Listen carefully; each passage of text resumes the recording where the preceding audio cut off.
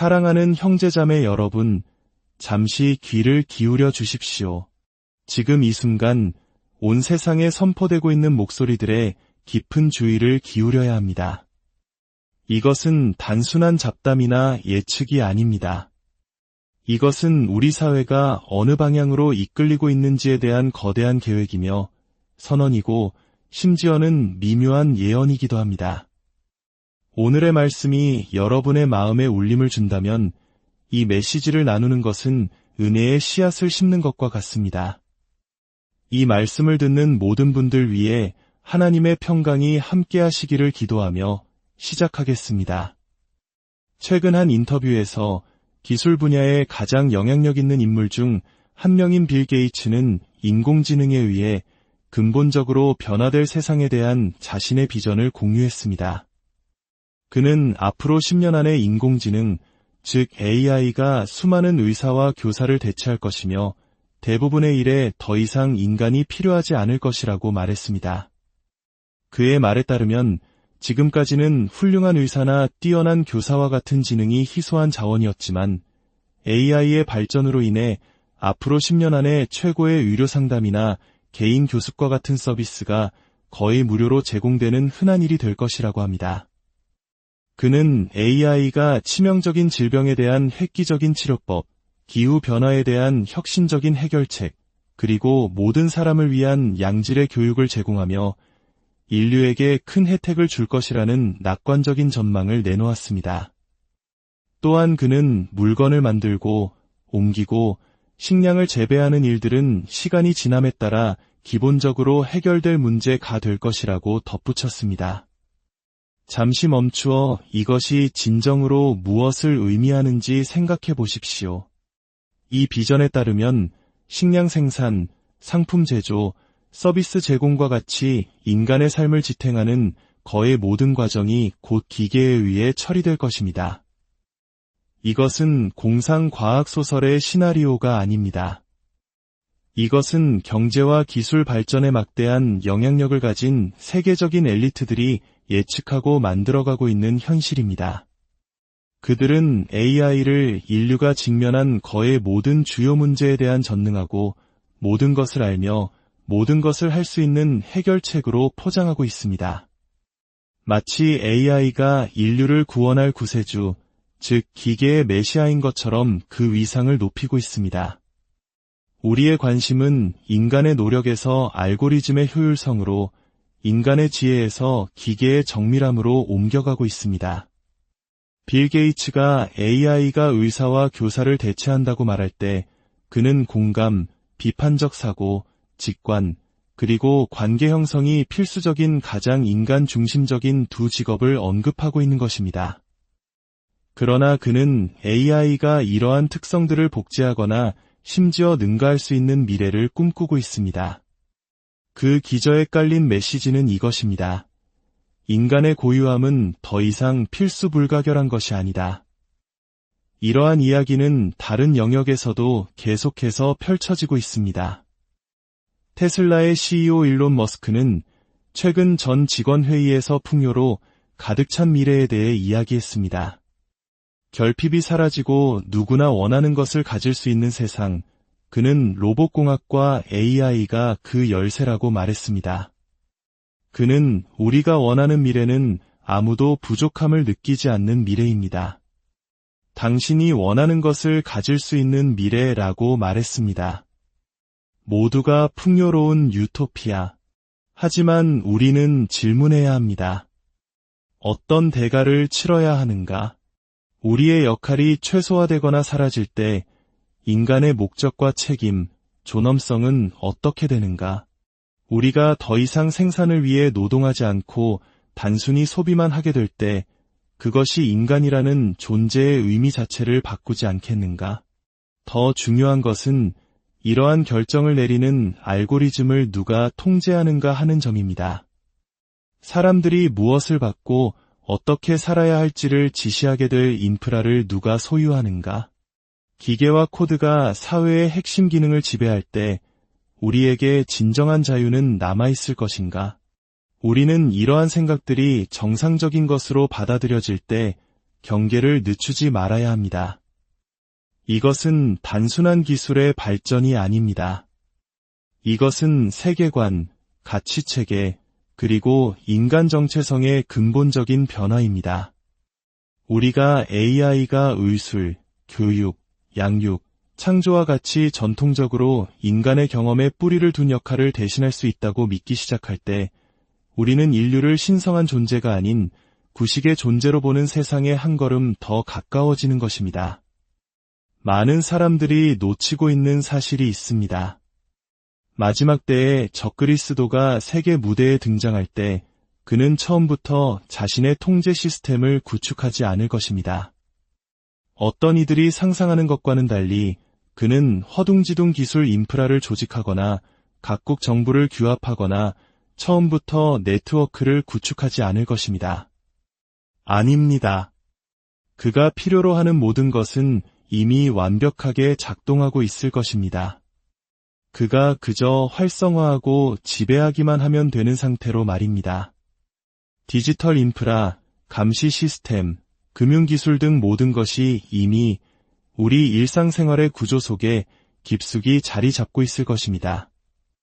그는 이미 준비된 모든 것에 통제권을 넘겨받기만 사고 파는 것을 가능하게 하는 표에 기반한 세상을 깜짝 놀라게 할 갑작스러운 혁신이 아닐 것입니다. 대신 그것은 사람들이 이미 평범한 삶의 일부로 받아들인 시스템들의 매끄러운 통합이 될 것입니다. 잠시 생각해 보십시오. 오늘날 우리는 이미 현금 없는 사회로의 움직임을 목격하고 있습니다.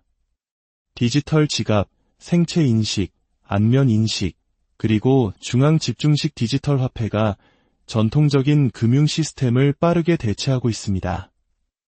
적그리스도는 세계 정부들과 처음부터 동맹을 맺을 필요가 없습니다. 그러한 동맹, 글로벌 기관, 국제 조약들은 이미 제 기능을 하고 있을 것이기 때문입니다. 세계 경제 포럼, 유엔과 같은 국제기구들이 이미 전 지구적 협력의 미래를 만들어가고 있습니다. 적그리스도가 할 일은 그저 나타나서 고삐를 쥐는 것뿐입니다. 성경은 온 세상이 짐승을 따르며 경탄할 때가 올 것이라고 분명히 말씀합니다. 전 세계 인구가 어떻게 한 사람을 숭배하고 그의 통치를 받아들이는 지경에 이를 수 있을까요? 그것은 하룻밤 사이에 일어나지 않습니다. 그것은 준비, 문화적 조건화, 그리고 안락함과 안전, 편의를 위해 개인의 자유를 꾸준히 침식하는 과정을 통해 서서히 일어납니다. 이러한 세상의 흐름을 우리는 어떤 눈으로 바라보아야 할까요? 놀랍게도 성경은 수천 년 전 바로 오늘과 같은 시대를 예언하고 있습니다. 다니엘서 12장 4절은 이렇게 말합니다. 다니엘아, 마지막 때까지 이 말을 간수하고 이 글을 봉함하라. 많은 사람이 빨리 왕래하며 지식이 더하리라. 천사가 다니엘에게 이 예언을 주었을 때 그것은 마지막 때라는 배경 속에서 주어졌습니다. 그리고 그날은 두 가지 분명한 징표로 특징 지어질 것이라고 성경은 말합니다. 첫째, 많은 사람이 빨리 왕래하며 이는 전 지구적인 빠른 이동, 여행, 그리고 분주함을 의미합니다. 둘째, 지식이 더하리라. 이는 학문, 이해, 그리고 정보의 폭발적인 증가를 의미합니다. 우리는 바로 그 시대에 살고 있습니다. 특히 지난 수십 년간 인류 지식의 증가는 경이로울 정도입니다. 우리 대한민국 국민이라면 이 빨리 왕래하며라는 구절이 더욱 특별하게 다가올 것입니다.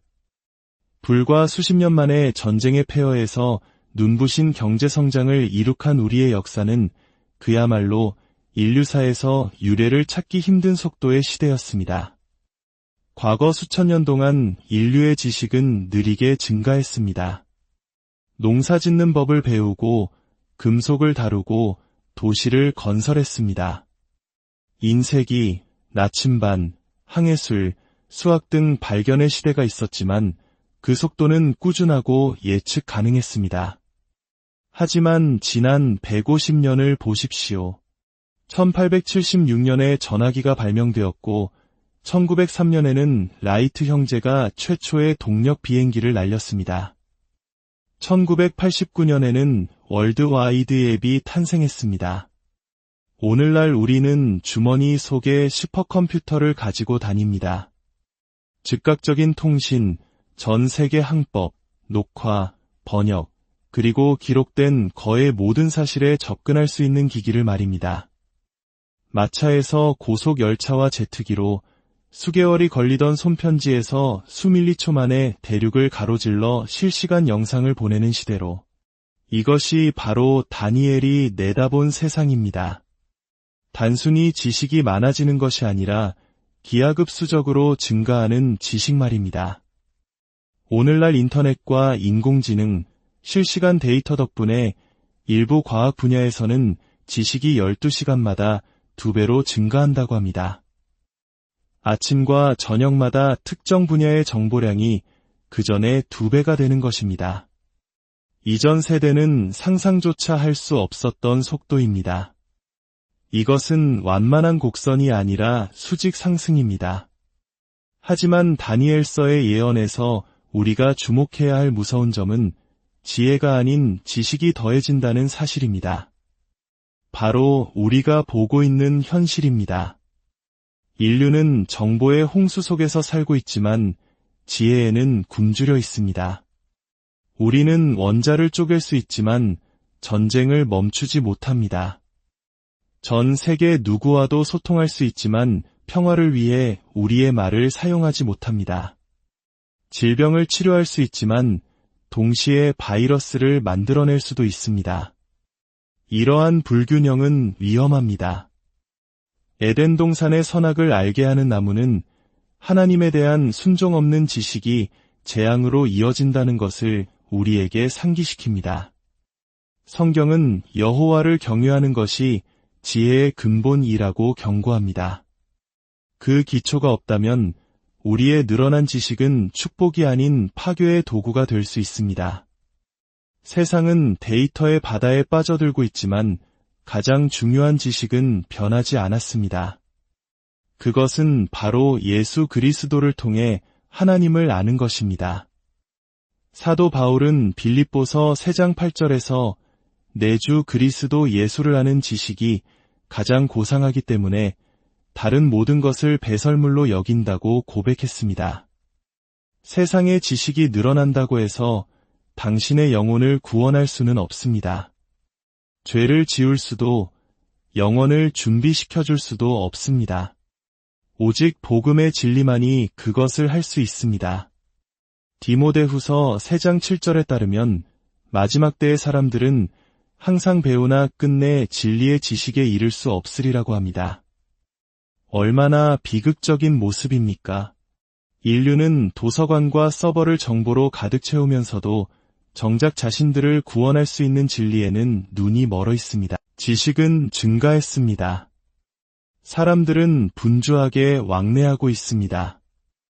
역사의 마지막 장을 위한 무대는 이미 마련되었습니다. 예수님께서 다시 오실 때 당신이 머릿속에 얼마나 많은 정보를 저장했는지는 중요하지 않을 것입니다. 중요한 것은 당신의 이름이 어린 양의 생명책에 기록되어 있는지의 여부입니다. 우리는 우리는 어둡고 썩어가는 세상에서 소금과 빛이 되도록 부름받았습니다. 이사야 55장 6절은 말합니다. 너희는 여호와를 가까이 계실 때에 그를 부르라. 주님을 찾을 때는 내일이 아닙니다. 우리의 경력을 쌓거나 삶을 정리한 후가 아닙니다. 바로 지금입니다. 우리는 일시적인 이득을 위해 우리의 평안과 가족, 심지어 하나님과의 관계까지 희생합니다. 하지만 이 진리를 분명히 들으십시오. 그 어떤 것도 천국에서는 중요하지 않습니다. 당신의 은행 계좌는 당신이 그리스도의 심판대 앞에 설 때 아무런 의미가 없습니다. 당신의 소셜미디어 영향력, 하늘나라는 알고리즘이나 참여율로 영향력을 측정하지 않습니다. 오직 신실함, 겸손, 그리고 하나님에 대한 순종으로 측정합니다. 당신이 얼마나 많은 팔로워를 가졌는지가 아니라 당신이 예수님을 따랐는지를 물으실 것입니다. 우리는 잠에서 깨어나 오직 한 가지만이 중요하다는 것을 깨달아야 합니다. 바로 예수 그리스도를 아는 것입니다. 그분과의 관계가 이 생이 끝날 때 중요하게 될 유일한 것입니다. 마태복음 16장 26절에서 예수님은 말씀하셨습니다. 사람이 만일온 천하를 얻고도 제 목숨을 잃으면 무엇이 유익하리요? 그러므로 만날 만한 때에 주님을 찾으십시오.